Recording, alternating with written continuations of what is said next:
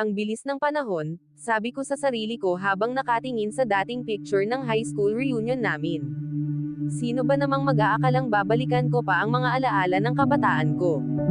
Ako si Carlo, 45 years old, at may masalimuot na kwento sa buhay na ngayon ay parang teleserye. Noong high school, isa ako sa mga tahimik na estudyante. Hindi ako kagwapuhan, kaya't madalas hindi ako napapansin ng mga babae, lalo na ni Vanessa, ang reyna ng batch namin. Moldite siya, maganda, pero sobrang arte at mata pobre. Hindi ko akalain na magiging magulo pa ang mga buhay namin pagkatapos ng mga taon. Lumipas ang panahon at nagtagumpay ako sa negosyo. Nakapagtayo ako ng sariling kumpanya at nagkaroon ng magandang buhay. Pero kahit na maganda na ang kalagayan ko, parang may kulang pa rin sa buhay ko. Hindi ako nag-asawa, pero natuto akong mag-enjoy sa mga bagay na wala akong pakialam noon.